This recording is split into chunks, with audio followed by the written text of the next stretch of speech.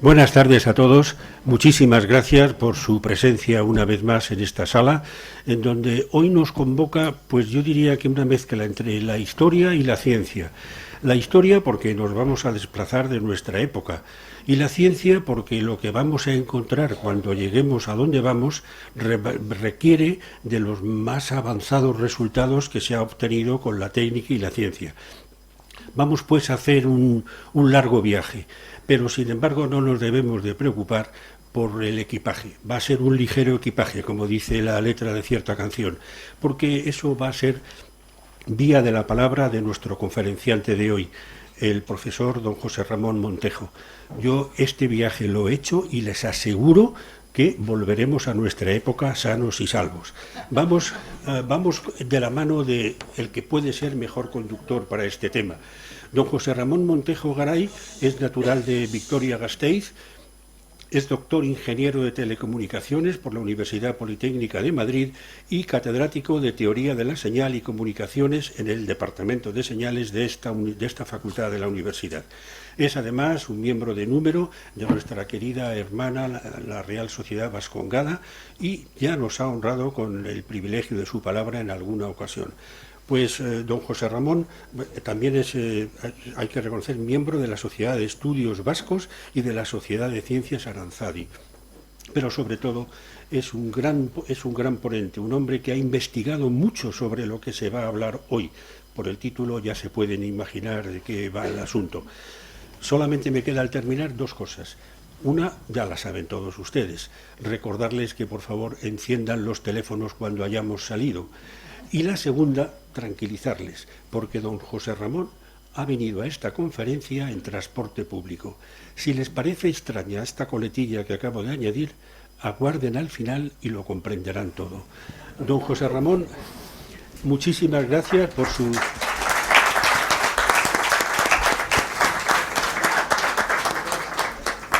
Muchas gracias y estamos ya preparados para el viaje, cuando quiera. Buenas tardes y en primer lugar mi agradecimiento a la Real Sociedad Matritense Económica de Amigos del País, que siempre nos recibe con los brazos abiertos como miembros de la Vascongada, y en primer lugar pues también dar las gracias a todos los asistentes por el interés mostrado. Bien, ya les anticipo que la ponencia durará una hora y 10, y luego si hay alguna persona interesada en algún tipo de pregunta que yo pueda responder, pues con todo interés le responderé. Bien, pues ya sin más empezamos la conferencia. El título es Ötzi, el hombre del hielo, nos desvela sus secretos. Bien, esta historia comenzó hace aproximadamente 5.300 años, es decir, hay que remontarse 3.300 años antes de Cristo para situar el contexto. Estamos en una zona geográfica que hoy es la frontera entre Italia y Austria, lo que se denomina el Subtirol, y nuestro protagonista, Ötzi, un día de finales de primavera, principios de verano, atravesaba un glaciar en esa zona montañosa a unos 3.200 metros de altura. Era una hoya, es decir, una especie de vaguada que era un remanso a esa altura, y no se sabe exactamente por qué, pero la muerte le sobrevino. Y Ötzi muere, como digo, en esta hoya del glaciar, y por un proceso que no se conoce exactamente cómo ha sido, pero porque estadísticamente o probabilísticamente la probabilidad de que se desarrolle es muy baja, pero una vez muerto, por efecto del viento y por el efecto del sol, se reseca su piel, se deseca, entra en un proceso de momificación, y después con las bajas temperaturas y la nieve queda sepultado de tal manera que se produce un proceso que, como digo, se ha intentado repetir para entender cómo es, pero es bastante, estadísticamente bastante poco probable ocurrir. En cualquier caso, esta es la situación. Para contextualizar un poco qué representan 3.300 años antes de Cristo, que nos hace retrotraernos tanto tiempo, pues hay que decir que, por ejemplo, el monumento megalítico de Stonehenge, que es muy famoso en el Reino Unido, todavía no se había construido, tendrían que pasar 500 años, 1000 años más deberían de pasar para la construcción de las pirámides de de Egipto, las pirámides de Giza, de Keops, Kefren y Micerino. Y desde el punto de vista social, ¿dónde nos encontramos? Pues nos encontramos en una transición entre el Paleolítico y el Neolítico. Ya hay una agricultura incipiente y una ganadería, se practica la agricultura con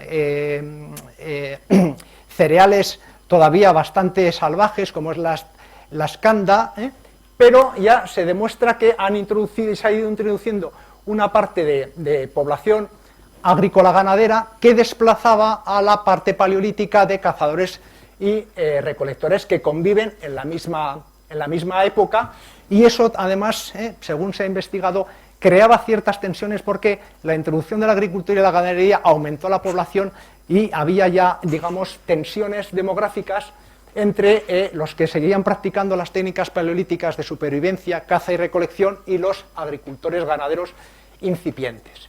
Bien, esta es la situación del contexto. Y en esta fotografía, en esa flechita, se señala exactamente dónde muere Otzi, como digo, hace 5.300 años, y además entra en este proceso de momificación. Bien, pues hay que dar un salto de 5.000 años y retrotraernos al 19 de septiembre del 1991. Hace ya pues casi 29 meses, casi 34 años, para contextualizar lo que ocurrió ese día de septiembre. Una pareja de montañeros alemanes, Helmut y Erika, suben desde un refugio de montaña que se llama Similaun al monte Finail, y se les hace un poco tarde y deciden volver al refugio atajando por una zona que no es el camino habitual, digamos, destrepan por una zona un poco agreste, un tanto, digamos, de tiento, porque no es el camino habitual, y según se van aproximando hacia una vaguada, a lo lejos ven algo que les recuerda de lejos a una especie de muñeco rodeado de como basura, que no entienden muy bien qué puede ser, y según se acercan, para su sorpresa, ese muñeco o eso que percibían como una especie de maniquí, pues para su sorpresa se dan cuenta de que es un ser humano que está encastrado, que está empotrado en el hielo. ¿De acuerdo? Estas fotografías corresponden a las fotos que realizó el matrimonio. ¿De acuerdo? Ante esta sorpresa, pues rápidamente piensan que probablemente sea un muerto de unas temporadas anteriores, típico alpinista que le ha pillado una luz, un esquiador, porque entre todo este montón de basura, entre comillas, también había una pieza metálica de la conexión, vamos, de lo que es la atadura de un esquí. Por tanto, su primera impresión es que probablemente fuera un esquiador fallecido unas temporadas anteriores. Hay que tener en cuenta que ese mismo año ya se habían rescatado 2 cadáveres, porque generalmente los glaciares van avanzando en su proceso de avance, aproximadamente un glaciar se mueve 30 metros por año, entonces al cabo de muchos años va vomitando personas que han sido atrapadas en grietas o en aludes. Entonces, tampoco es muy sorprendente encontrarse un cadáver en la montaña, y más en los tiempos que corren. Ahora mismo están apareciendo muchísimos por el cambio climático, pero bueno, en cualquier caso, rápidamente van al refugio y le ponen conocimiento al responsable del refugio el hallazgo del cadáver. El director el responsable del refugio avisa a las autoridades italianas y a la gendarmería, a los carabinieri italianos y a la policía austriaca, porque es una zona fronteriza, no se sabe exactamente, y por si acaso avisa a las 2 policías. Lo que pasaría que en España, por ejemplo, una zona fronteriza en Pirineos, pues se avisa tanto a la gendarmería francesa como a la Guardia Civil de montaña. Ese mismo día, el dueño del refugio, el responsable del refugio y el cocinero suben, efectivamente ven dónde está el cuerpo, y entra muy mal tiempo y es imposible hacer nada. Bajan y al día siguiente todavía sigue el mal tiempo, ya han dado parte a las autoridades, y lo que deciden es extraer el cadáver. El día siguiente, a los 2 días, como pone ahí, el 21 de septiembre, 2 alpinistas famosísimos, Hans Kammerladen y Reinhold Messner, que estaban haciendo una travesía por los Dolomitas, se acercan a ver el cadáver, que por cierto ya se había deshelado.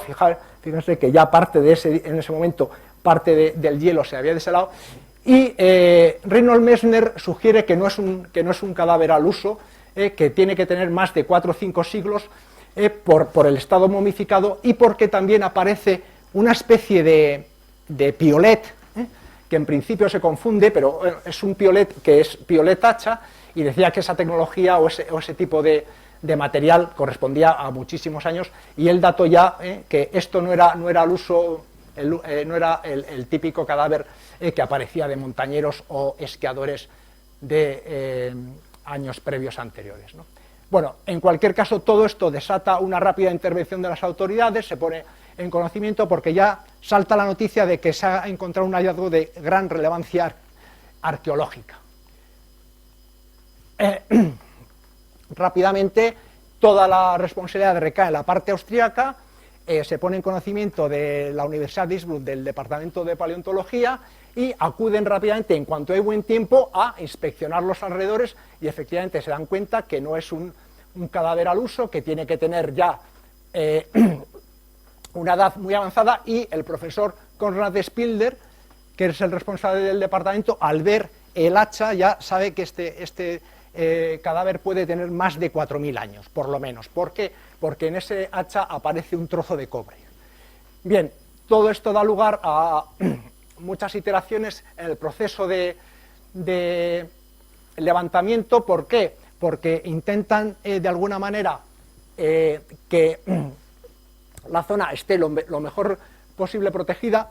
Empiezan a aparecer curiosos que se llevan trozos de las cuestiones que ven ahí, suben con un primer martillo neumático y rasgan un trozo de cadera, ven que el proceso tiene que ser más lento, suben con bombonas para deshacer con sopletes el hielo, para poder sacarlo con mucho cuidado. Bueno, al final se pudo extraer y se traslada en helicóptero a una localidad que es justamente la zona poblada más grande, que es el lado austríaco, que se llama Wendt, y luego desde ahí se lleva a Innsbruck.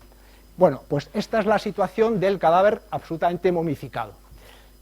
Esto les sorprende muchísimo porque los cadáveres que aparecen en los glaciares han sufrido un proceso que se llama adicipora, que es que la grasa del cuerpo recubierta de agua se transforma en una sustancia jabonosa, se produce lo que se llama la saponificación de las grasas, y este cuerpo no tiene para nada lo que es habitual, que es la adicipora. Es una momia absolutamente inusual, es un proceso que no se conocía ningún caso equivalente en la historia de los cadáveres encontrados en los yacimientos de alta montaña, ¿no? Bueno, como digo, se pone ya en marcha toda la maquinaria, se desplaza en helicóptero en cuanto hay buen tiempo y se empiezan a recoger todas las pertenencias dispersas que van apareciendo en una primera instancia. Se cometen muchos errores en este proceso porque, bueno, digo, la precipitación y el desconocimiento inicial hace que no se tomen el protocolo habitual de lo que se hace en un yacimiento arqueológico al uso. Bueno, en cualquier caso, rápidamente, esto tiene una difusión enorme en todos los medios de comunicación, igual alguno de los presentes se acuerda, pero esto fue cabecera de noticias en todo el mundo, y rápidamente surge un problema, porque aparece la cuestión de la frontera. ¿Qué es lo que ocurre? Después de la Primera Guerra Mundial, en el Tratado de Saint-Germain, se produce la desegregación del Imperio Austrohúngaro.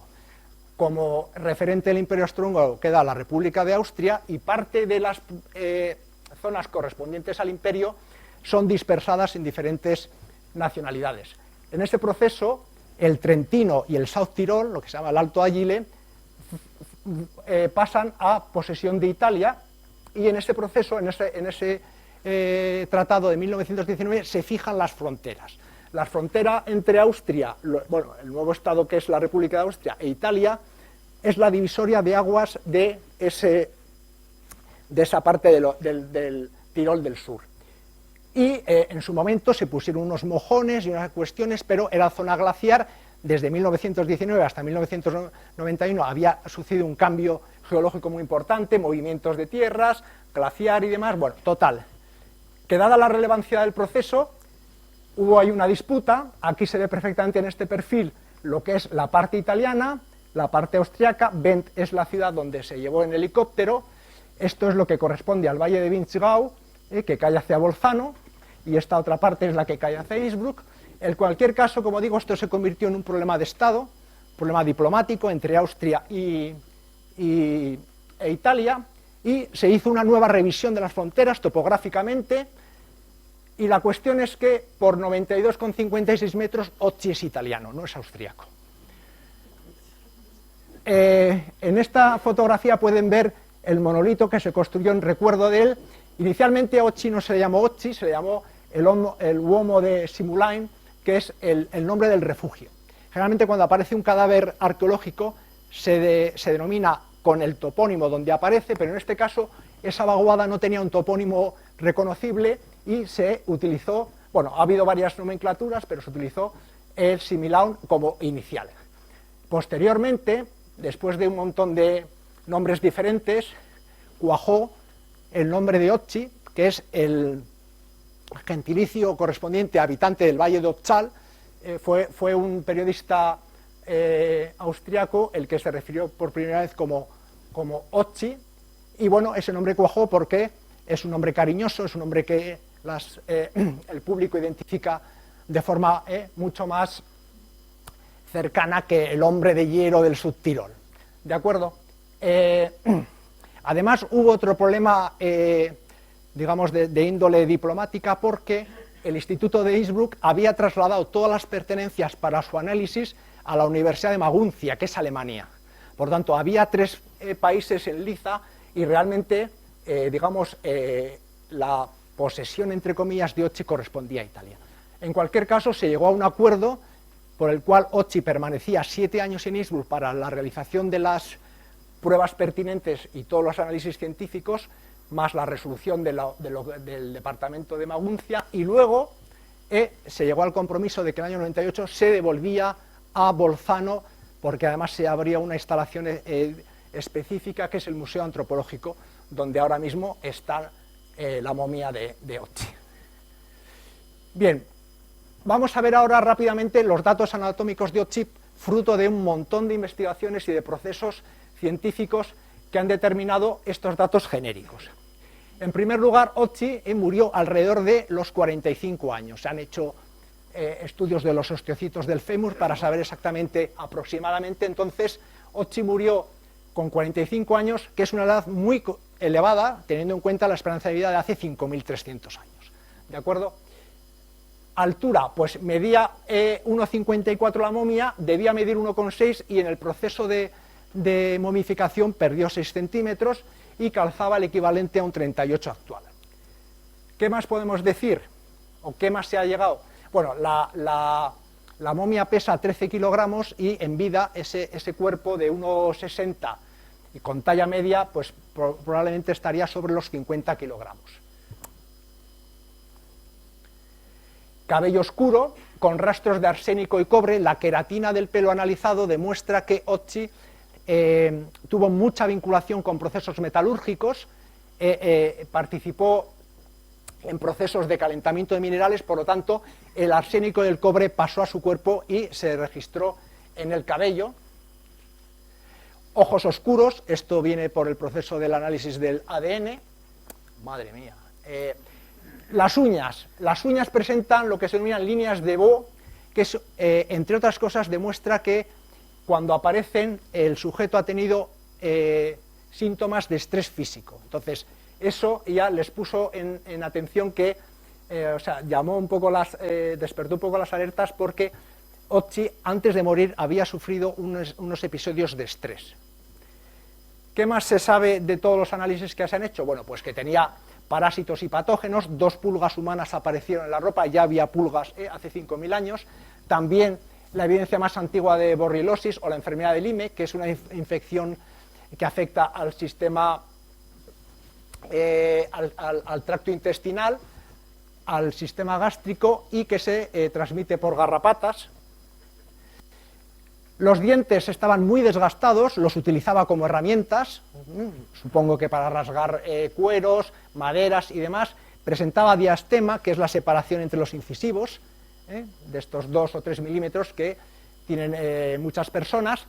No tenía muelas del juicio, y por el análisis isotópico del esmalte, de la dentina, que es justamente el tejido que está antes del esmalte, se sabe que vivió de joven en el Belturno, que es un valle a 25 kilómetros al noreste de Bolzano, y que luego vivió 50 kilómetros más al norte. Esto es analizando el contenido isotópico, como digo, de la dentina de los dientes. O sea, es curiosísimo la cantidad de datos que se han podido obtener, ¿no?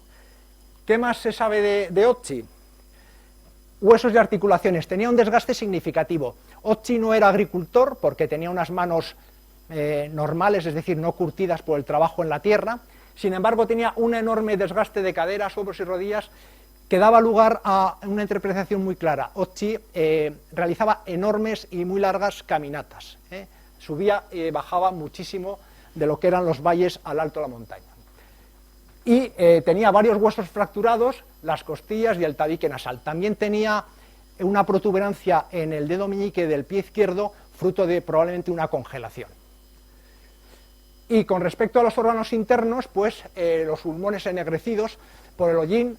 Otzi, como todos los individuos de esa época, pues calentaba las cosas al fuego, eso añadía muchísimo hollín y estando todo el día al lado de hogueras, pues había un rastro enorme de hollín en los pulmones.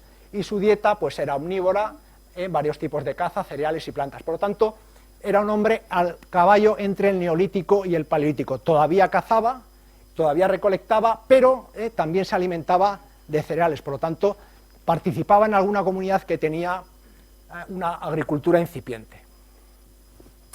Bien, otra cosa importante y muy relevante en el caso de Otzi son los tatuajes. Otzi presenta 61 tatuajes en su cuerpo, todos en forma de líneas o cruces.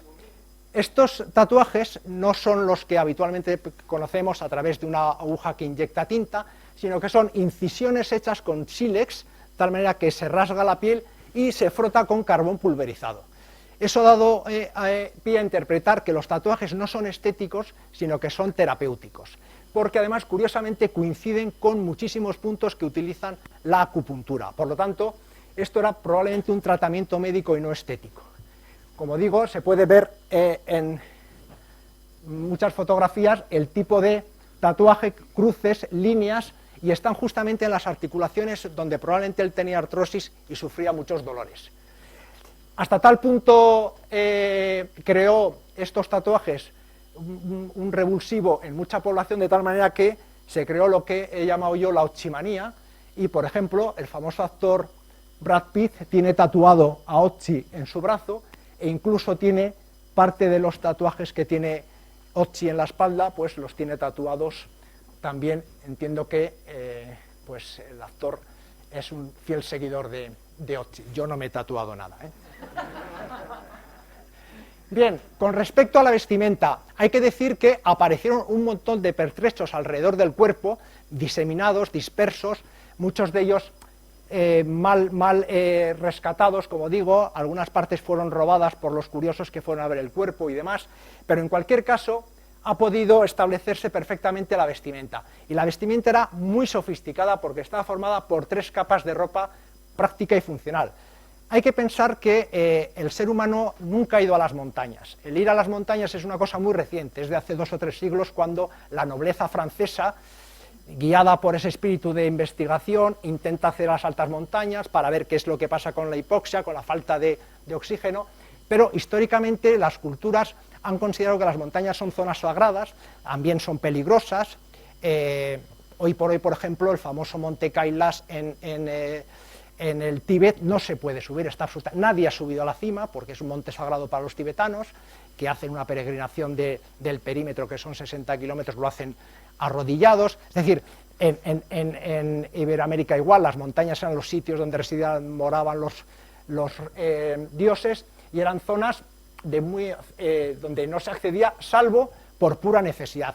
Generalmente estas zonas, cuando se atravesaban, eran porque eran pasos de montaña, pero no había vida, porque hay que recordar que es un sitio inhóspito con muy bajas temperaturas, y además el ascenso supone pasar por zonas de aludes, de hielo y demás, y todo eso digamos, hace que Otzi tenga, como comentaba, una ropa absolutamente práctica y funcional y revolucionaria para la época, porque formaba parte de 3 capas. Primero, las calzas y el taparrabo, lo que llamaríamos hoy calzoncillos y leggings.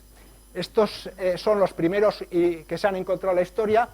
El taparrabos era básicamente una especie de lámina de cuero que luego iba forrada a través de una sirga de cuero que hacía modo de cinturón, y los leggings iban conectados arriba a través de esas tiras al cinturón, y también, como veremos, conectados a los zapatos para que no se movieran al caminar. Esta sería la primera capa. La segunda capa es una chaqueta de piel de ciervo y cabra, junto con unos zapatos que son muy sofisticados, como veremos a continuación. Y por último, lleva una capa de hierba y estopa de gorra. Esta capa de hierba y estopa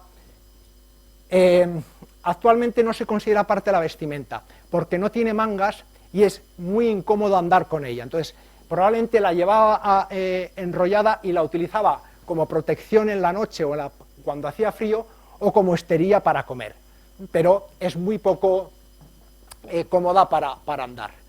Esta es una representación esquemática de cómo sería la vestimenta toda conjunta de Otzi. Y bueno, también apareció un gorro de piel de oso. Ya yendo por partes, por ejemplo, bueno, todo esto está restaurado, se restauró en Maguncia y ahora se puede observar en el Museo de Antropología de Bolzano, como digo. Bueno, este es el calzoncillo, el taparrabos, de tiras de piel de ovejas, que está sujeta con un cinturón.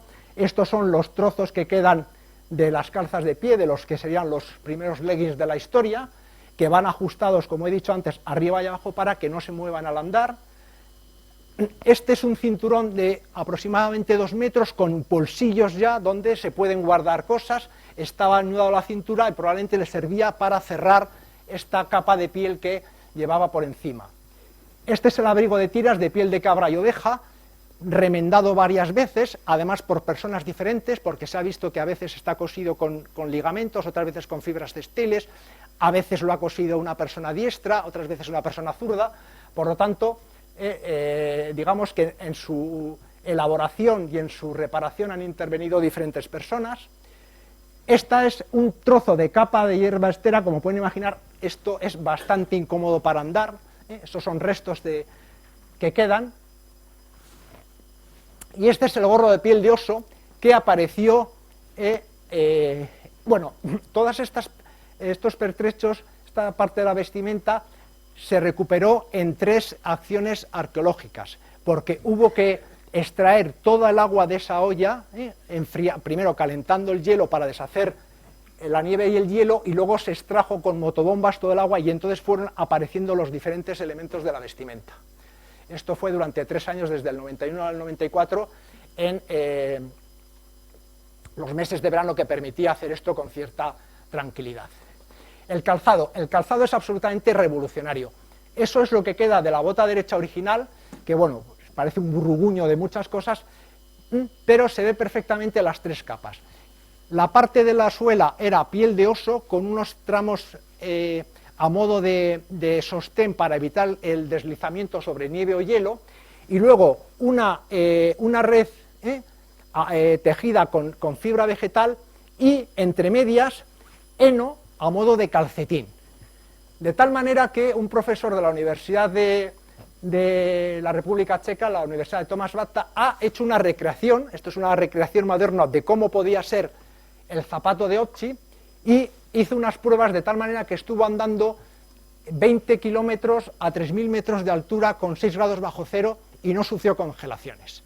Además, Otzi probablemente llevaba heno reparador, que es lo mismo que cuando vamos al monte llevamos calcetines de repuesto por si nos mojamos. Pues Otzi, cuando probablemente se le degeneraba el heno, volvía a rellenar los zapatos con heno. Entonces, esto le permitía acceder a estas alturas, a 3.000, 3.500, 3.800 metros de altura, sin tener congelaciones, ¿de acuerdo? Y no es el zapato más antiguo del mundo. Hay uno más antiguo, que es un mocasín que se encontró en una cueva de Armenia, pero vamos, es como 300 años más antiguo que este zapato, y desde luego era un mocasín mucho más simple, nada que ver con esta sofisticación para poder atravesar zonas montañosas, zonas glaciares, hace, como digo, 5.300 años.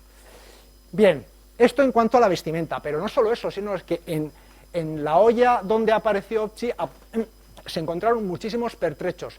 Otzi iba perfectamente preparado desde el punto de vista operativo para ascender a esa altura. Llevaba una especie de botiquín de la época, 2 trozos de políporo de abedul que se ha demostrado que sirven como antihemorrágicos y además tienen un efecto antibiótico. Por tanto, llevaba su propio botiquín. Era un hombre perfectamente, como digo, conocedor del medio ambiente, conocedor de la zona y, desde luego, con mucha cultura relacionada con la supervivencia, ¿no? Luego llevaba lo que sería el mechero de la época. El mechero constaba de un hongo yesquero, que se extrae directamente de los árboles, y un trozo de pirita, porque el hongo yesquero que llevaba se ha visto que tiene fragmentos de pirita, y llevaba piedra de siles, de tal manera que, golpeando la piedra de siles con la pirita, aparecían chispas que rápidamente encendían el hongo yesquero. Y para acelerar el proceso, Otzi orinaba sobre el hongo yesquero de tal manera que aumentaba su proporción de nitrógeno, porque la urea de la orina tiene un 80% de nitrógeno, de tal manera que los arqueobotánicos que han reproducido lo que podría haber hecho Otzi han conseguido encender fuego en menos de 1 minuto con este sistema. Por lo tanto, aquella idea que tenemos que se frotan 2 palos y hay que estar 1 hora para sacar fuego, Otzi era capaz de encender rápidamente un fuego en menos de 1 minuto. Además, llevaba los recipientes de la época, que eran portabrasas. Eso es un cilindro formado por la corteza de abedul, de tal manera que por debajo se pone la tapa y se cose, y esto es un recipiente donde llevaba hojas de arce, que son ignífugas, de tal manera que cuando terminaba, levantaba el campamento, cogías los restos de ascuas de la hoguera y las envolvían en hojas de arce para rápidamente poder encender una fogata, porque se mantenían en esas hojas de arce que son ignífugas, podía transportar brasas. Vemos el nivel de sofisticación y de conocimiento del medio que tenía. Indiscutiblemente algo necesario para la supervivencia, como digo, hace 5.000 años y a 3.000 metros de altura. ¿Qué más? Pues curiosamente llevaba un arco de tejo sin terminar. Este arco de tejo mide 1,82. Con este tipo de arcos se ha demostrado que se puede matar un corzo a 30 metros de distancia, porque es una madera muy dura pero a la vez flexible. De hecho, los arcos de tejo revolucionaron la guerra en el siglo XVI y para desastre de los pobres tejos, pues desaparecieron de Europa, porque la madera de tejo era muy codiciada. Y después de eso, pues el tejo, cuyo nombre científico es Taxus baccata, se obtuvo la taxina, que es un anticancerígeno, con lo cual hoy por hoy pues quedan muy pocos elementos. Hay que ir a los tejos milenarios de Asturias, Cantabria, alguno del País Vasco, para encontrar, bueno, por supuesto también hay algunos aquí en Tejera Negra, que es un lugar, por tanto, de tejos, ¿no? Pero ya desde la antigüedad se sabía la bondad de la madera de tejo para hacer arcos. Este arco está, como digo, sin terminar, mide 1,82 metros, por lo tanto 20 centímetros más que Otzi. Además, apareció un carcaj con flechas, llevaba 14 flechas, solamente 2 operativas, es decir, estas flechas están sin terminar, estas 2 que se ven en la figura están terminadas, al trozo de madera se le hace una incisión, se conecta la punta de flecha de sílex y se une mediante lo que se denominaba la brea de la prehistoria, es alquitrán de arce. Se calentaba la savia de arce y se hacía una especie de pegamento, era el pegamento inmedio de la prehistoria. Además, esas 2 flechas las han hecho diferentes personas, porque, aunque no aparece en la fotografía, para estabilizar el vuelo se le añaden plumas, de tal manera que una de las flechas es levógira, es decir, está enrollada a derechas, y otra a izquierdas, destrógira. Por lo tanto, el fabricante, el artesano de las flechas fue diferente. Es curioso que se aventurara hasta tan arriba con unas armas no operativas, porque no podía disparar con el arco y únicamente además llevaba 2 flechas. Eso añade cierta incertidumbre. Este es el carcaj, es decir, donde iban colocadas las flechas, es un trozo de cuero de diferentes animales, de ciervo y de oveja, sostenido sobre un palo de avellano. Llevaba también un retocador, que esto ha sido absolutamente sorprendente porque no se conocía este instrumento. Esto es una madera de tejo donde se ha practicado un agujero y se ha introducido un asta de ciervo, y es el retocador final para sacar punta. Se se considera o se cree que es lo que utilizaba justamente para sacar la punta de las flechas, pegando pequeños golpecitos para que salieran justamente las lascas que permitían hacer la punta de flecha. Este dispositivo, este retocador, como lo han denominado, es único en su especie, es decir, no se ha encontrado nada parecido. También llevaba una daga hecha con mango de fresno, cuya punta está fraccionada, en algún proceso pues se partió la punta, y luego llevaba una cuerda de ligamento animal de 2 metros, que es la que en su momento tendría que añadir al arco para poder hacer ya y terminar el arco. Bien, pero llevaban más cosas todavía. Esto se ha denominado cinturón de pájaros. También hay mucha controversia, no se sabe exactamente, pero parece ser que era un conjunto de tiras de cuero donde anidaba los pájaros que podía haber cogido con red. Tampoco está muy clara, pero bueno, al final, digamos, la teoría más plausible es que la utilizaba para, como digo, anudar las aves que podría coger con liga o con redes para llevarlas colgadas como los cazadores actuales, como suelen llevar en el zurrón, ¿no? Luego, perdón,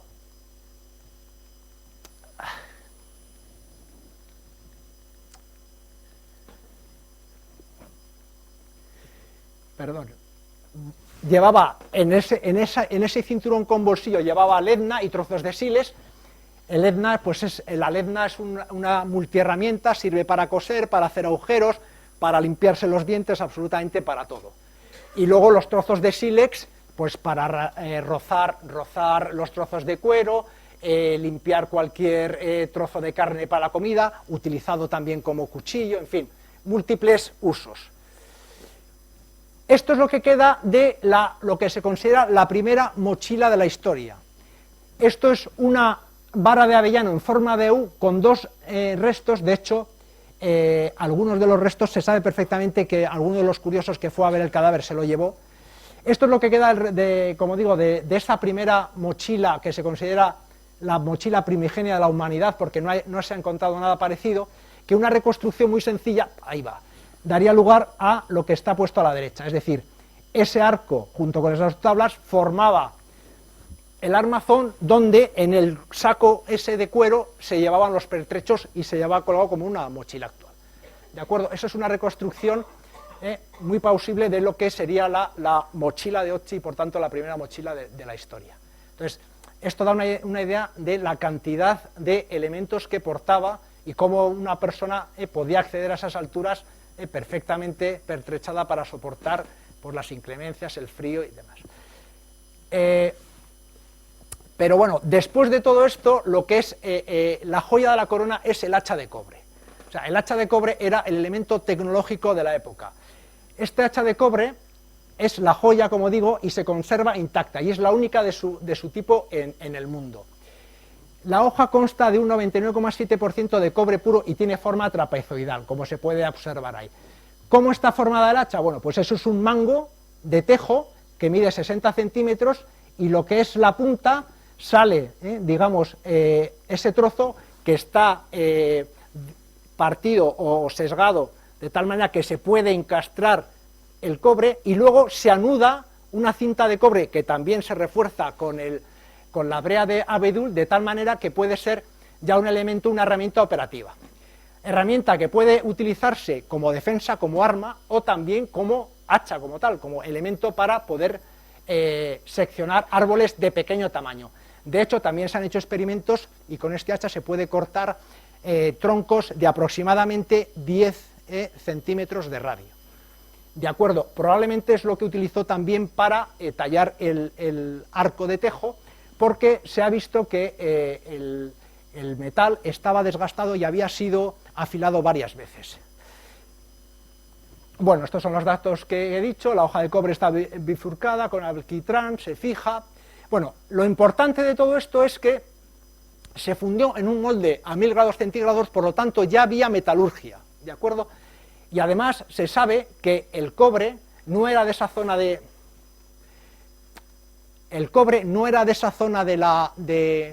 los Dolomitas, sino de mucho más abajo, procedía del sur de la Toscana. Se ha encontrado exactamente el tipo de yacimiento que da ese porcentaje de cobre mediante análisis isotópico.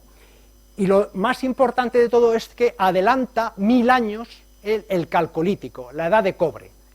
Se pensaba que el cobre había llegado, o sea, la tecnología del cobre había llegado a Europa en el 2000 a.C.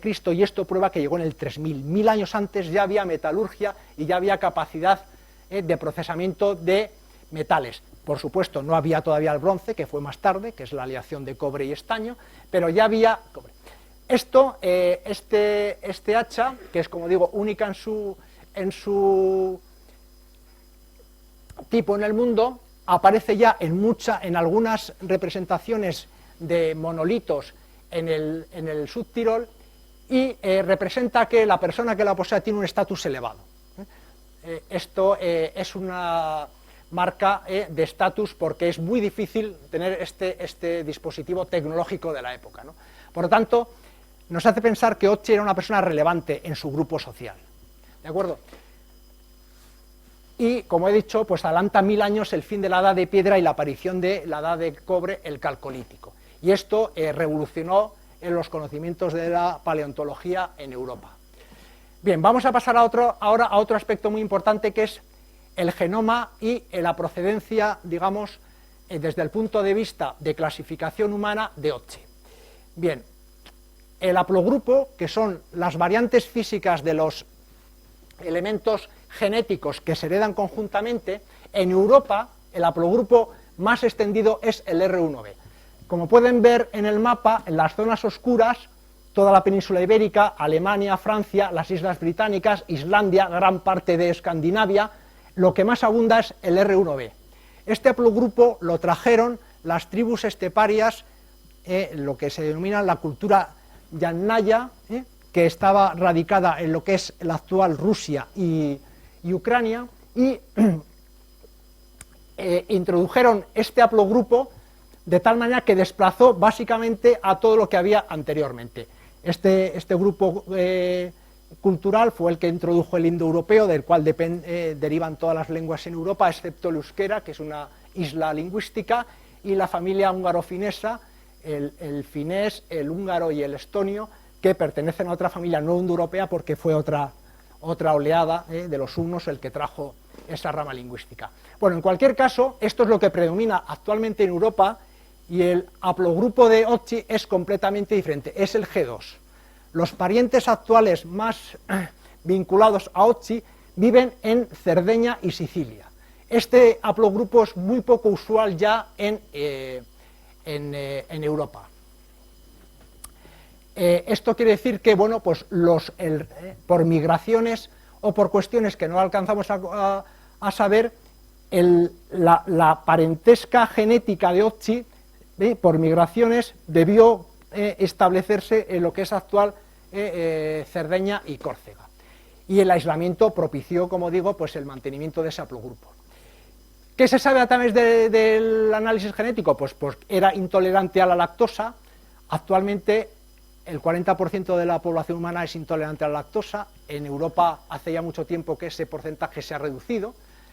Y tened en cuenta que la ganadería era incipiente, por lo tanto todavía no había un consumo elevado de leche en la etapa adulta, y el grupo sanguíneo era O positivo, y también se sabe por análisis genético que tenía predisposición, aunque parezca mentira, hace 5000 años, a enfermedades cardiovasculares, porque aparecen trozos de calcio en las arterias cuando se han hecho los análisis radiológicos. O sea que muchas enfermedades que piensan que son modernas ya aparecieron hace miles de años. Y en un estudio genético que se hizo voluntario, 3.200 austriacos y de la zona fronteriza con Italia, se sometieron a un análisis de ADN, por supuesto, sin trascendencia en los datos, es decir, sin transmisión de los nombres, perfectamente protegido, digamos, desde el punto de vista legal, y en ese análisis aparecieron 19 personas de los 3.500 que son parientes en el sentido de que tienen un ancestro común con Otzi, es decir, hace 10.000 años, si esas 19 personas trazan su línea genética, encuentran que tienen el mismo punto de conexión con Otzi.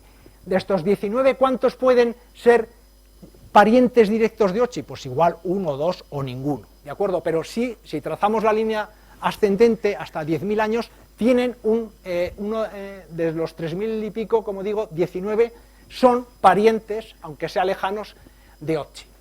Esto de nuevo viene a colación de la Otzimanía, ¿no?, de la revolución que supuso encontrar a Otzi, ¿no? Bien, esto es lo que se sabía hasta el año 2012, donde se hizo el estudio genético. Por primera vez se extrajo del hueso ilíaco de la cadera izquierda, trozo se perforó para obtener el hueso y hacer el análisis genético. Pero la revolución se ha producido el año pasado, donde se publicó el 13 de septiembre en publicación ya en papel, pero un par de meses antes en publicación online, un nuevo estudio genético de Otzi. Este es el artículo que se publicó en una revista de muy alto impacto, que es el Cell Genomics, donde, bueno, pues el nombre científico de Otzi es Tyrolean Iceman, el hombre de hielo del Tirol, y en este proceso, primero hay que tener en cuenta que, bueno, se utiliza un trozo ya obtenido en 2012, es decir, no se le vuelve a extraer hueso diferente, sino que se utiliza de ese trozo de hueso otra parte. Se utiliza además un nuevo proceso genómico que se llama Illumina Technology, que es de alta cobertura, que para que nos entendamos es que el anterior tenía un 7,5% de contaminación de ADN moderno y este tiene un 0,5, es decir, 15 veces menos. Por lo tanto, en ese proceso de avance tecnológico es mucho más fácil eliminar la parte de contaminación que se produce.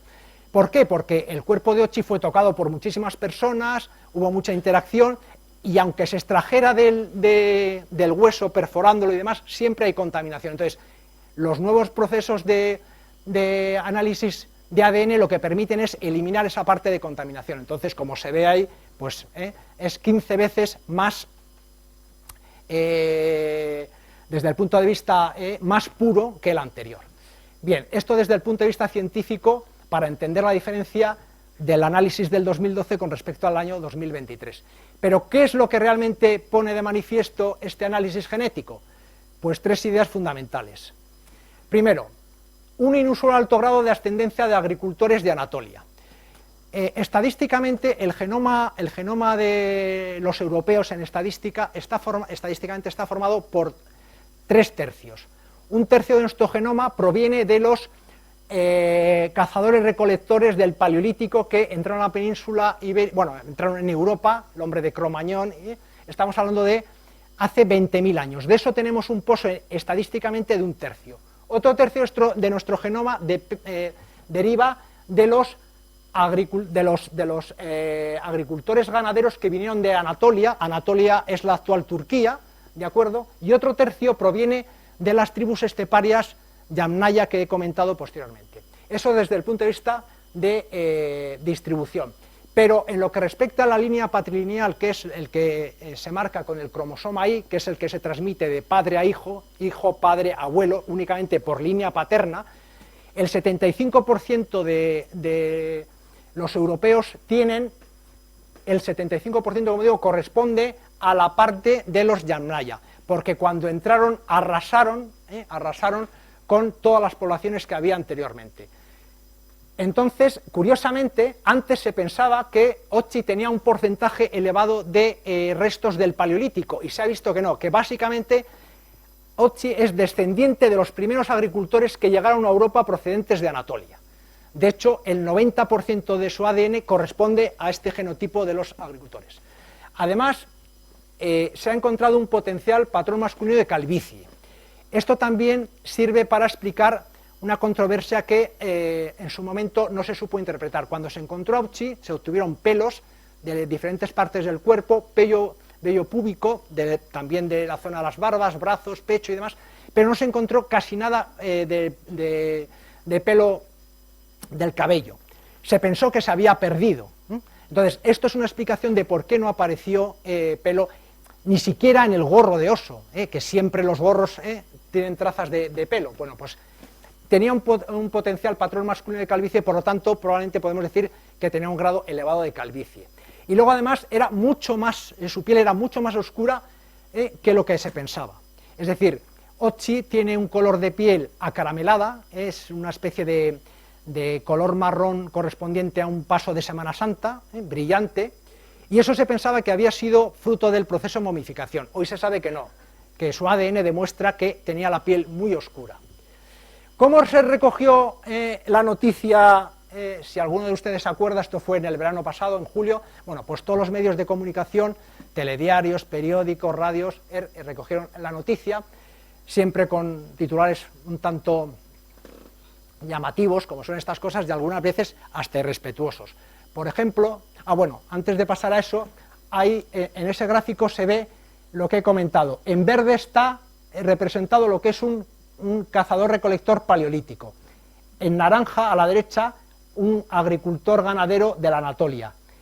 Ahí se ve a Otzi, que es básicamente naranja, con un poquito en la cabeza, un poquito de verde, representando que es básicamente, desde el punto de vista genético, descendiente de los granjeros de Anatolia.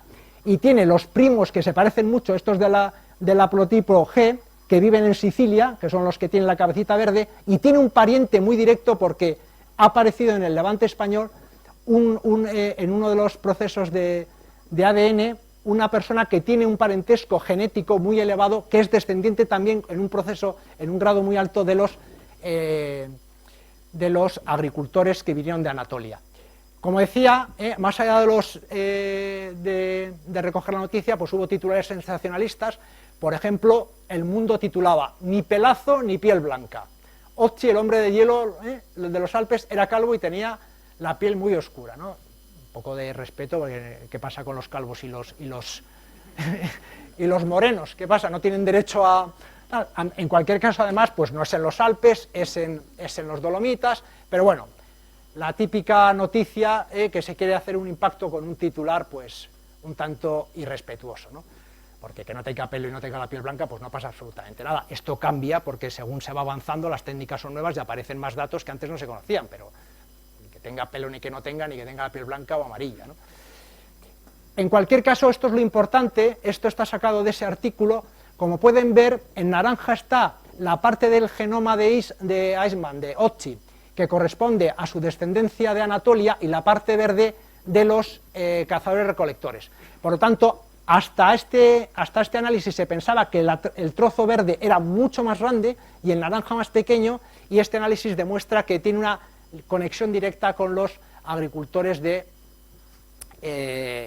Anatolia. Lo que está debajo representa en naranja la dependencia de Anatolia y en azul de los cazadores-recolectores, y de nuevo se ve que abrumadoramente, cuando se hace el estudio de los cromosomas más importantes, pues aparece una dependencia fundamentalmente de los agricultores de Anatolia. Y esto, como digo, supuso un cambio en el paradigma, de tal manera que hay que cambiar la estética de Otzi. Es de piel oscura y es, digamos, con tendencia a la calvicie. Bien, esto es por poner en contexto la actualización de lo que se sabe del ADN. Volviendo a lo que estábamos hablando sobre Otzi, y tal y como he comenzado al principio de la exposición, inicialmente se consideraba que Otzi fue sorprendido por una tormenta muy rápida, atravesando ese paso de montaña, y murió. Resulta también curioso pensar que alguien con su experiencia y con esa cantidad de pertrechos le sorprendiera una tormenta, pero en cualquier caso se pensaba que había sido una muerte natural, proceso derivado de pues, una tormenta repentina en la montaña. Curiosamente, bueno, después de miles de radiografías, estudios de tomografía axial y demás, un radiólogo experto en Gosner, revisando ya una vez retirado, revisando todas las radiografías y toda la documentación médica de Otzi, descubrió en uno de esos análisis que había algo que podía representar, como se ve ahí en el cuadrito, una flecha incrustada en el omóplato izquierdo de Otzi. Y efectivamente, la tomografía axial no daba lugar a dudas, no dejaba lugar a dudas que esa punta de flecha estaba incrustada debajo del omóplato, y es más, había seccionado la arteria subclavia, y eso produce una hemorragia letal que en varios minutos produce la muerte. Por lo tanto, esto de nuevo, en el año 2001, 10 años después de encontrar la momia, supuso una revolución enorme, porque Otzi había sido asesinado, no había muerto de forma natural. Además, había quedado en esa posición, de tal manera que él se había apoyado probablemente había intentado, claro, porque el trozo de flecha que falta nunca ha aparecido, probablemente él intentó quitársela o su asesino fue y la quitó. En cualquier caso, no hay rastro de la flecha que le mató, del resto de la flecha. Él quedó en esa posición, de tal manera que luego, por avance de toda la masa de hielo y nieve y hielo, se produjo un movimiento interno de los órganos, de tal manera que los testículos, el estómago y todo se movió hacia los pulmones. E inicialmente, bueno, hubo controversia porque decían que estaba castrado, que no tenía órganos genitales, en fin, una serie de controversias, digamos, además muy maledicentes y demás, pero bueno, el propio Gostner dio la sugerencia de que tendrían que buscar mucho más arriba por el desplazamiento de la presión que se sometía. Hay que tener en cuenta que gracias a que se cayó dentro de esta bañera ha podido sobrevivir, porque si no hubiera estado en esta bañera hubiera sido arrastrado y destrozado por el movimiento del glaciar. Bueno, en cualquier caso, ya se pone de manifiesto que Ötzi no ha muerto de forma natural, sino que ha sido asesinado. Teniendo en cuenta lo avanzado por el radiólogo Gostner en cuanto a la flecha y a la posición movida de los órganos, en 2010 se realiza una autopsia general, para lo cual, después de un estudio muy concienzudo, se reúne un equipo de aproximadamente 25 médicos de diferentes especialidades médicas, se realiza un sarcófago especial, como está puesto ahí, de tal manera que en 9 horas se descongela y durante 9 horas, en intervalos perfectamente temporizados, los 25 médicos van accediendo a diferentes partes para extraer información, con dos objetivos fundamentales: en intentar extraer la flecha para sacar más información e intentar encontrar el estómago. Donde ellos pensaban que estaba el estómago, estaba realmente el colon vacío, y cuando vieron que efectivamente el estómago estaba debajo de los pulmones, pudieron extraer más de 3 cucharadas de comida que todavía tenía Ötzi en su interior. Estos son diferentes imágenes y se extrajeron más de 150 muestras para análisis posterior.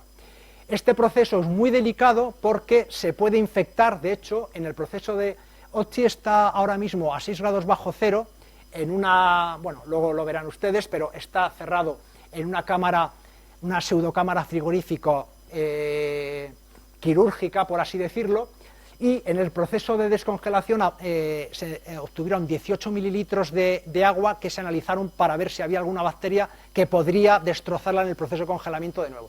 Entonces, es muy delicado el proceso de descongelación y de hecho no se ha vuelto a hacer ni se prevé que se vaya a volver a hacer en mucho tiempo.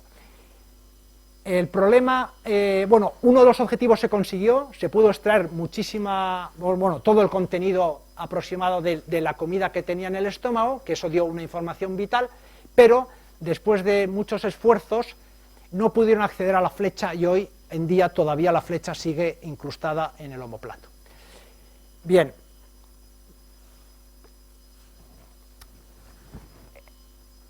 A partir de toda esta información obtenida, después de muchos procesos, surgen las preguntas que todo el mundo puede hacer. ¿Por qué fue asesinado y por quién, ¿no? ¿Cuál fue el motivo? La venganza, los celos, la jerarquía, la codicia. ¿Por qué el atacante de Ötzi no se llevó nada? Es decir, el robo se descarta, porque la joya de la corona, que es el hacha, está ahí. También es cierto que si el asesino se lleva el hacha de Ötzi, allá donde aparezca saben que ese hacha pertenece a Ötzi. Es evidente que no deja ningún rastro de su intervención porque se lleva el trozo de la flecha. Probablemente Ötzi intentaría arrancársela, pero en cualquier caso se hubiera quedado ahí. De hecho, no hay nada relacionado con el trozo de flecha que falta. Por otro lado, cuando se hizo el análisis de la autopsia generalizada, aparecieron hematomas en la zona posterior del cerebro, fruto de un golpe. No se sabe si el golpe fue ya de remate del agresor o ese golpe provino de una vez disparada la flecha, se golpeó con una piedra, pero en cualquier caso hay un hematoma porque hay sangre coagulada, esa se extrajo en el proceso de autopsia que mencioné anteriormente. Por lo tanto, en cualquier caso, no hay duda del proceso. Además, por los estudios que se han hecho y por la trayectoria de la flecha, el atacante disparó aproximadamente desde una trayectoria ascendente, probablemente oculto detrás de una piedra. Es evidente que no quería enfrentarse a Occi, y además se disparó aproximadamente, con los estudios que han hecho de la penetración de la flecha, a unos 30 metros de distancia. Entonces probablemente el atacante conocía perfectamente a Occi, no quiso dejar rastros y no quería enfrentarse a él porque, digamos, lo mató a traición. Es curioso porque al analizar los restos de comida en el estómago,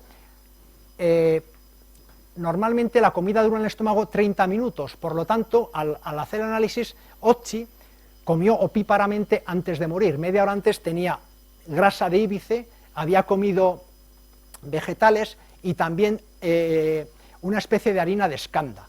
Por lo tanto, es claro que Occi se sentía a salvo, porque nadie que está huyendo para tranquilamente y come con abundancia si estás huyendo.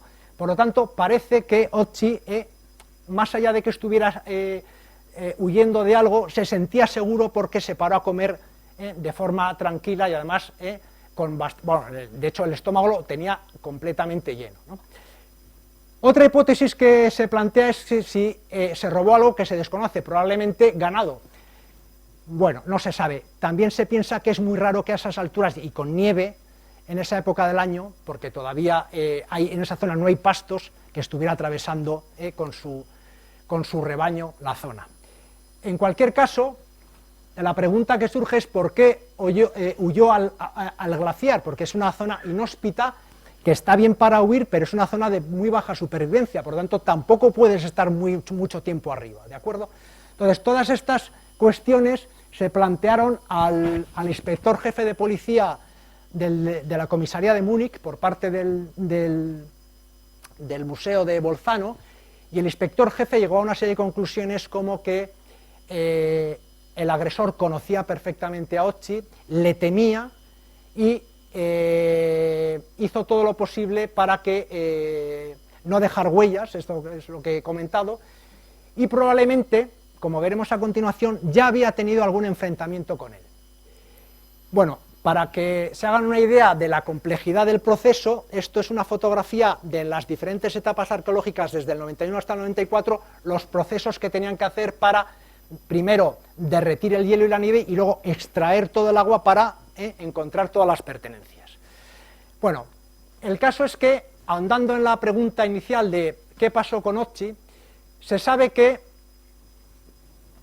digamos, buscando pistas para encontrar el proceso, primero, se sabe que Occi tenía una herida profunda en la mano derecha entre el índice y el pulgar que llegaba hasta el hueso. Esa estaba sin cerrar, por lo tanto había acontecido muy poco tiempo antes de su muerte.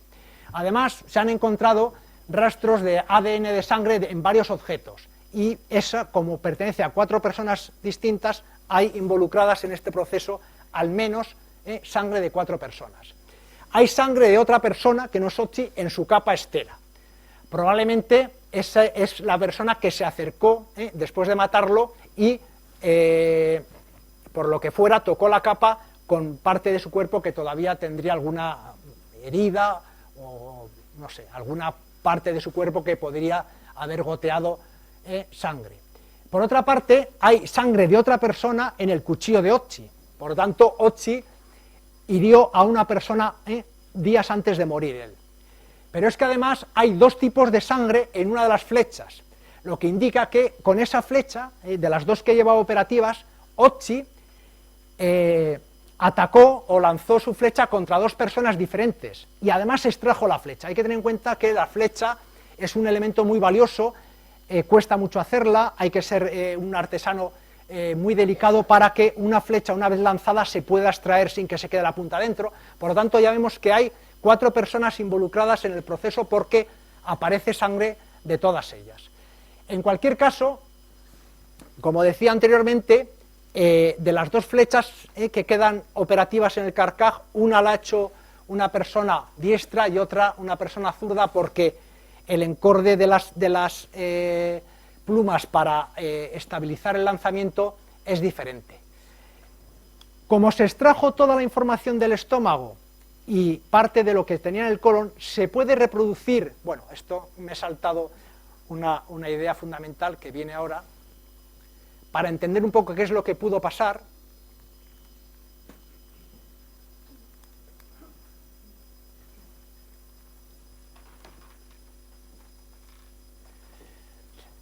Bien,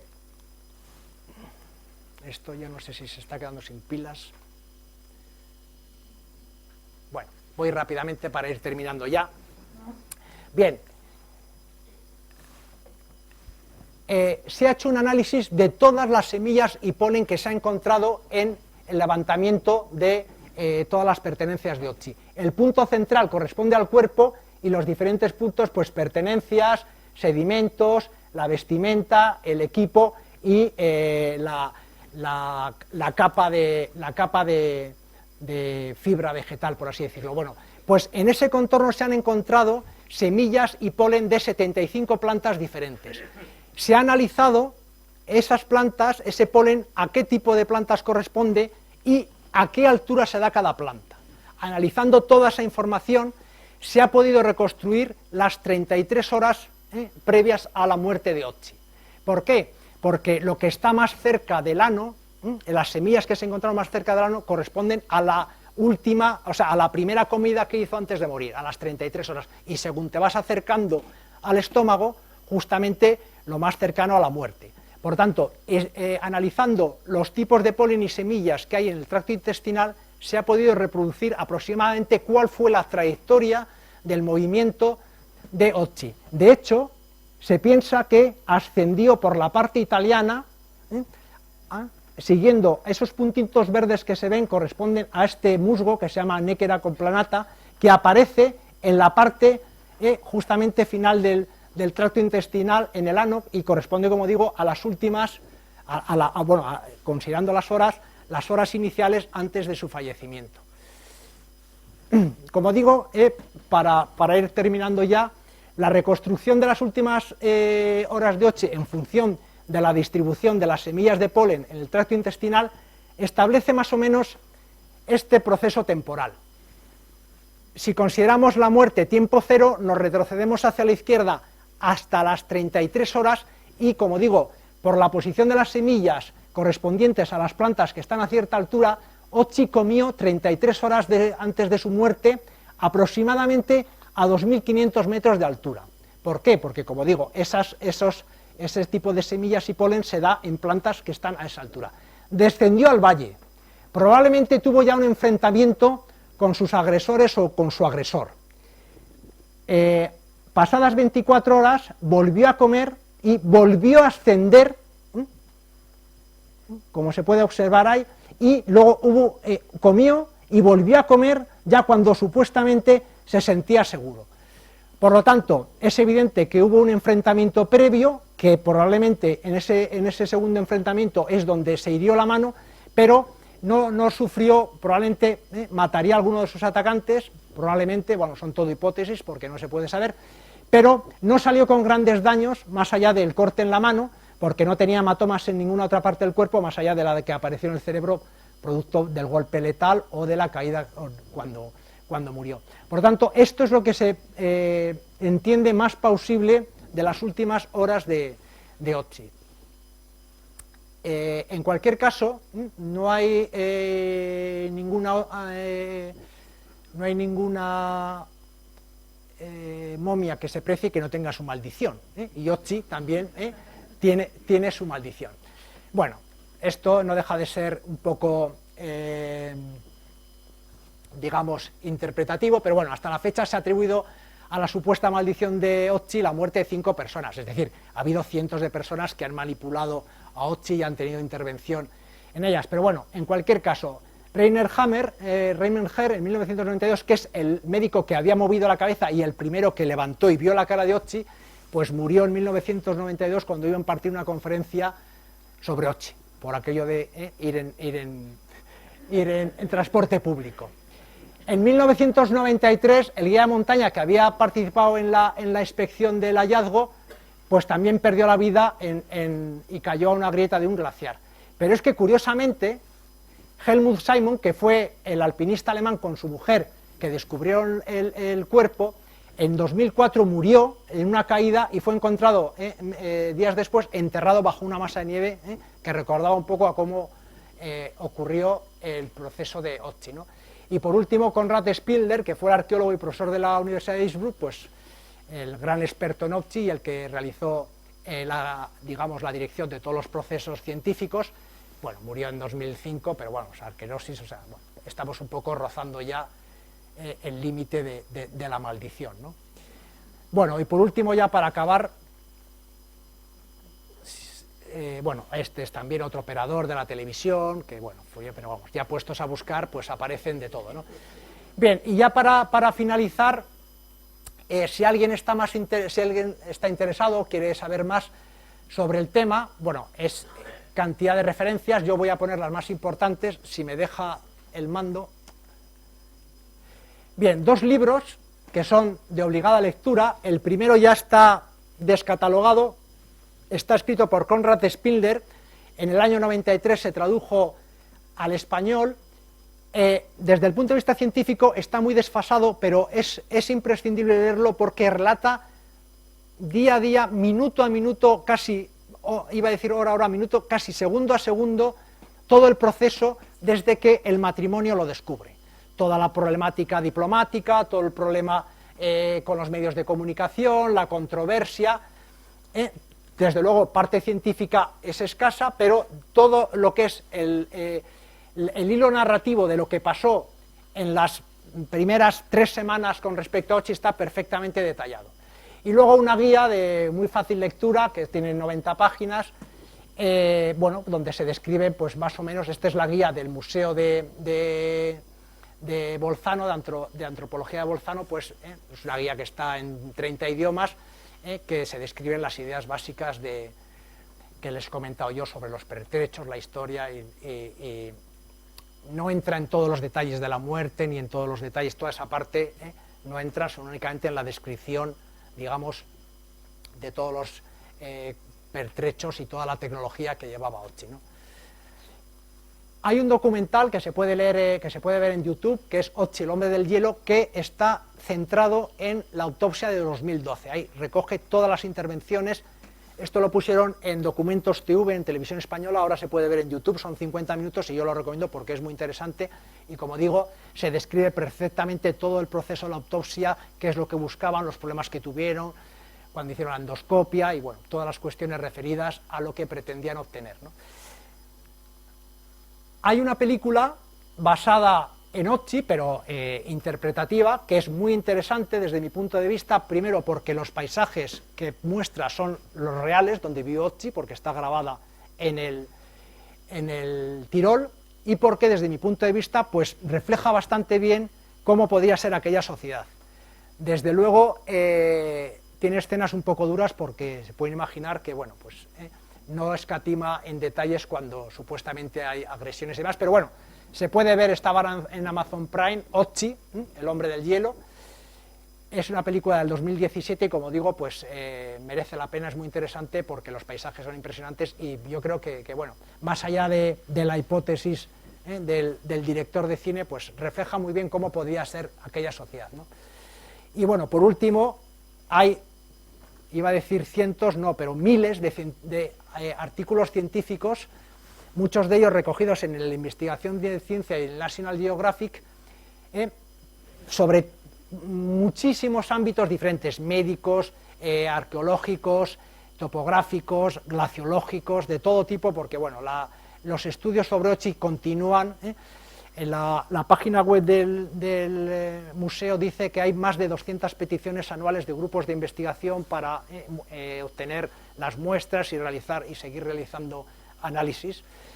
Y bueno, ya por último, decirles que actualmente en Bolzano, en el Museo Antropológico de Tirol del Sur, se puede visitar un pequeño museo de 2 plantas que se puede ver con audioguía en 1 hora, muy, muy ilustrativo, muy bonito. Están las pertenencias reales una vez que han sido restauradas, y hay una cámara donde, como ven en la fotografía, eso es lo que se percibe desde una plataforma que se puede elevar de tal manera que pueden ver a la altura de los ojos, tanto los niños como las personas adultas, porque es una especie de plataforma elevadora para que todo el mundo pueda ver. Eso es donde está actualmente Otzi, es una cámara frigorífica especial, donde está sobre un vidrio y está a 6 grados centígrados bajo cero y está en una atmósfera inerte y al 99% de humedad, de tal manera que tiene unas microgotitas que le protegen. Justamente a su derecha hay otra cámara exactamente igual, preparada por si esta falla, para trasladarla a aquella.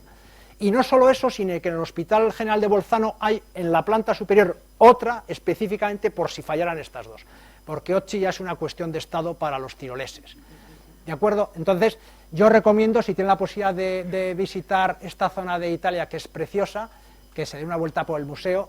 Es muy demandado, esto, aparte de un museo, pues deja mucho dinero en la ciudad. ¿De acuerdo? Yo tuve la oportunidad de verlo el año pasado en una visita con un par de amigos, y la verdad es que impone ver ahí a Otzi, ¿no?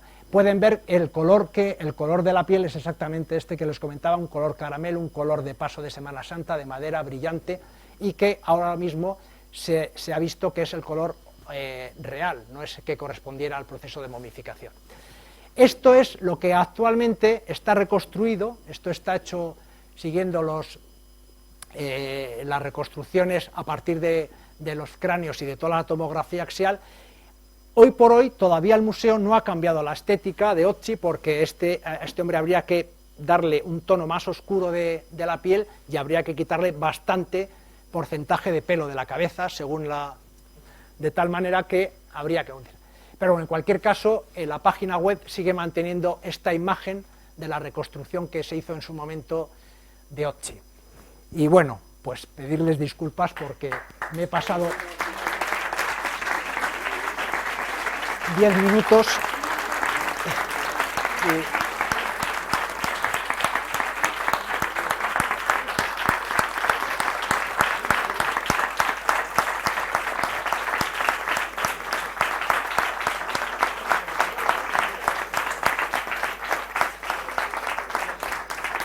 la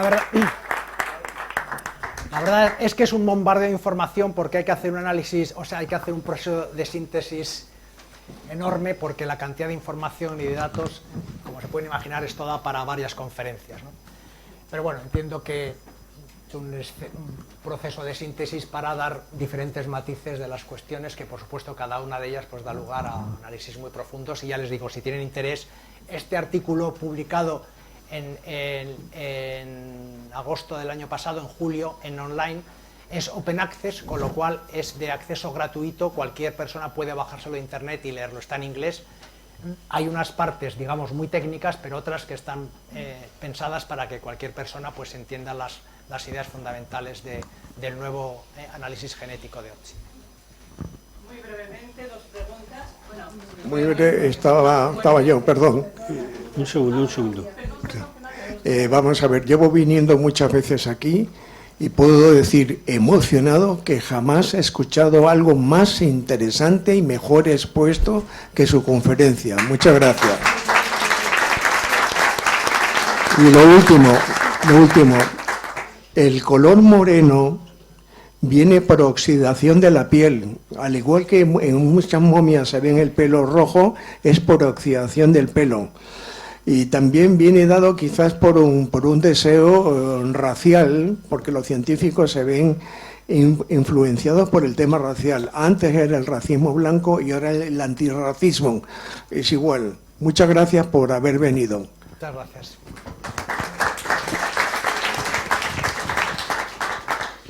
Bueno, dos cositas breves.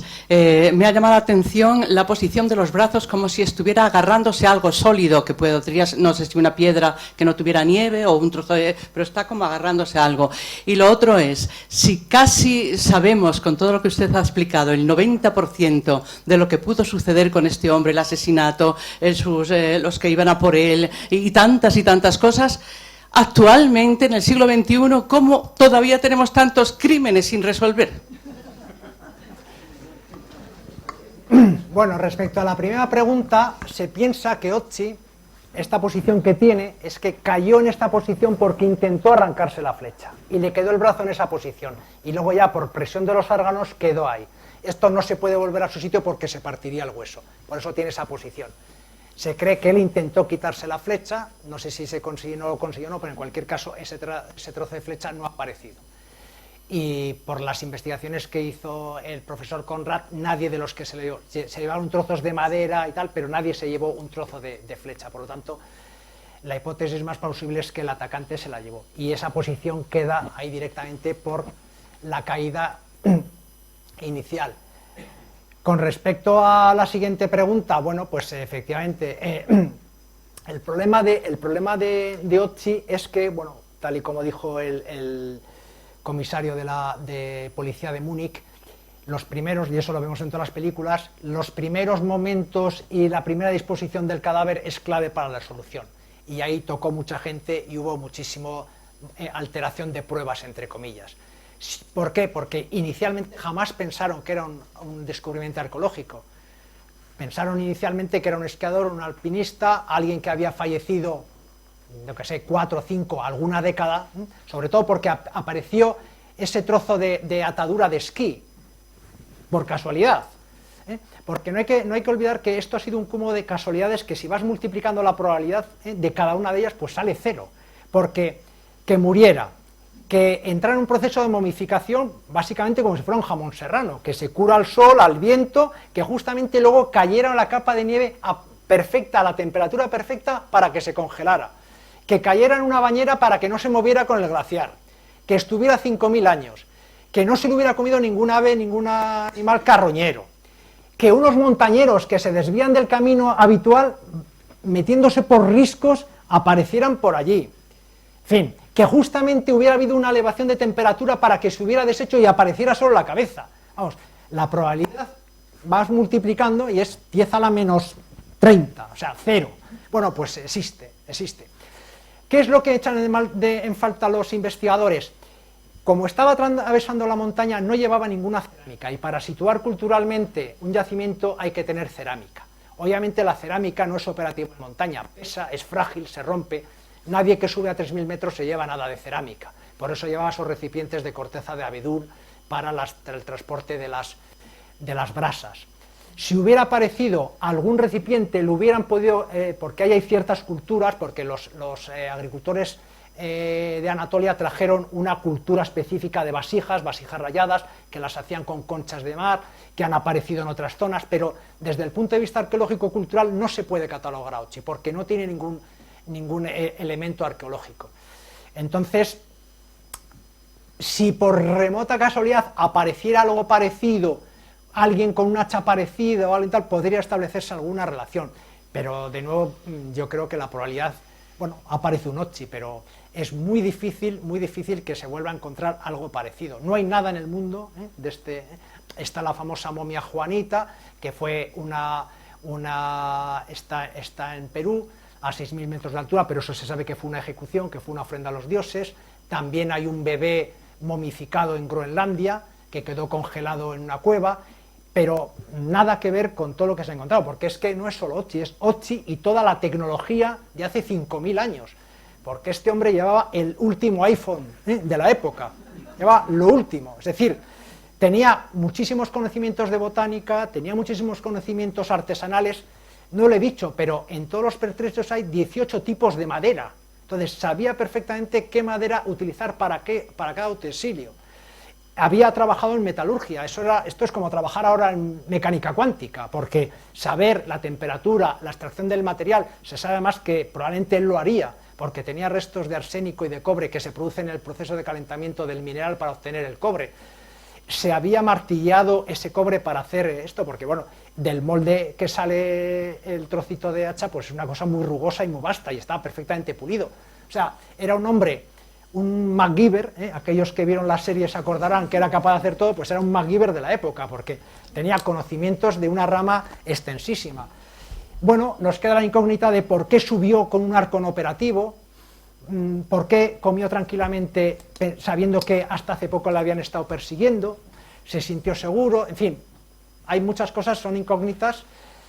Lo que probablemente bueno, no sé, es una especulación, probablemente daría un salto cualitativo al conocimiento de Hochi si algún día el comité científico del Museo Bolzano decide realizar una autopsia. Hoy por hoy no está en la agenda, pero quizás dentro de 10 o 15 años, donde haya una evolución enorme en la interpretación genética del ADN, probablemente vuelvan a pensar en hacer otra autopsia, pero claro, eso lleva consigo descongelarla, y esto es un tesoro nacional, esto es como la Capilla Sixtina para los italianos. Entonces, hoy por hoy no hay ningún proceso de intervención, y lo digo, si en un momento dado deciden eso, cuando vean que hay un salto cualitativo en la tecnología que pudiera aportar mucha más información, y se decidieran hacer un proceso invasivo, porque actualmente para extraer la punta de flecha hay que hacer otra incisión, y ellos no quisieron hacer una incisión.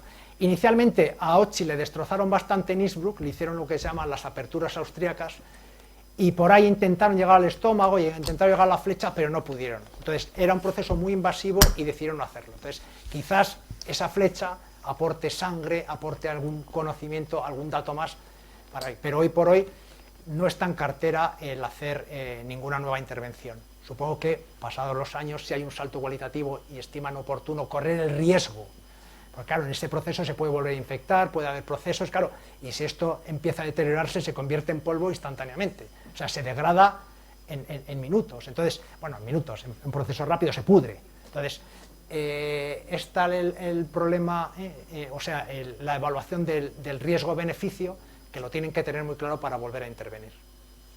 Bueno, le he dicho de que actualmente hay tantos crímenes sin resolver y cómo se ha podido saber tantas cosas. Bueno, es que Hochi ha habido cientos de miles de personas analizando toda esta información. Ningún asesinato ha dedicado tanto tiempo en la humanidad. Entonces, la relación causa-efecto no es comparable. Es decir, no sea, vamos, a nadie se le ha dedicado los cientos de miles de horas de las cabezas mejor amuebladas de muchísimas disciplinas. Aquí intervienen médicos, glaciólogos, arqueobotánicos, arqueopaleolíticos, o sea, una pléyade de conocimiento científico que no se da en ningún otro caso. Es decir, efectivamente, se saben muchísimas cosas, pero, bueno, en fin, ya le digo, son 30 años de miles y miles de disciplinas diferentes aportando información. Eso, yo creo, ni con Napoleón, ni, vamos, en fin, ni con, yo que sé, Cleopatra o cualquier personaje histórico se ha llevado a cabo. Hochi es Hochi. Eso es sílex, y además se sabe de qué parte de Italia lo han obtenido, sí, porque la distribución de carbonato en el sílex, sí, eso lleva sílex de varias partes. Bueno, sí, es que, bueno, se puede imaginar que hay miles de datos que no he mencionado, pero se sabe el sílex de qué parte de Italia es, todas de la parte norte de diferentes vetas. Se entiende que Hochi tuvo relaciones comerciales o de intercambio con otros pueblos. Por ejemplo, ¿por qué ese cobre es de la Toscana, que está relativamente lejos de la frontera del Tirol? Bueno, pues probablemente hubo un intercambio comercial. Hochi no era agricultor, no tenía las manos de un labriego, probablemente sería pastor, era pastor, era comerciante, pues no se sabe. ¿Era una persona relevante? Sí, muy poca gente tendría ese tipo de hacha, eso es evidente. Era, digamos, un jefe tribal, estaba defendiendo su grupo humano respecto a otro, le habían pillado con otra señora y el marido salió a por él. No se sabe, no se sabe. Pero nos abre la experiencia, la posibilidad maravillosa, la posibilidad maravillosa de que puede encontrarse, por ejemplo, una tribu de Neandertal en Siberia, a 10 metros de profundidad. Sería fantástico. Eso no da, si esto era muy poco probable, lo otro también.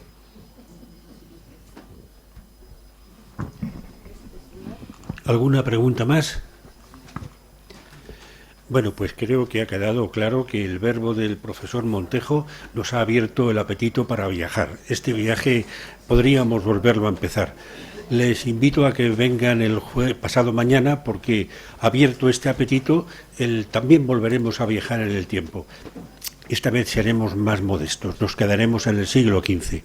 Muchísimas gracias por su presencia aquí. Muchas gracias.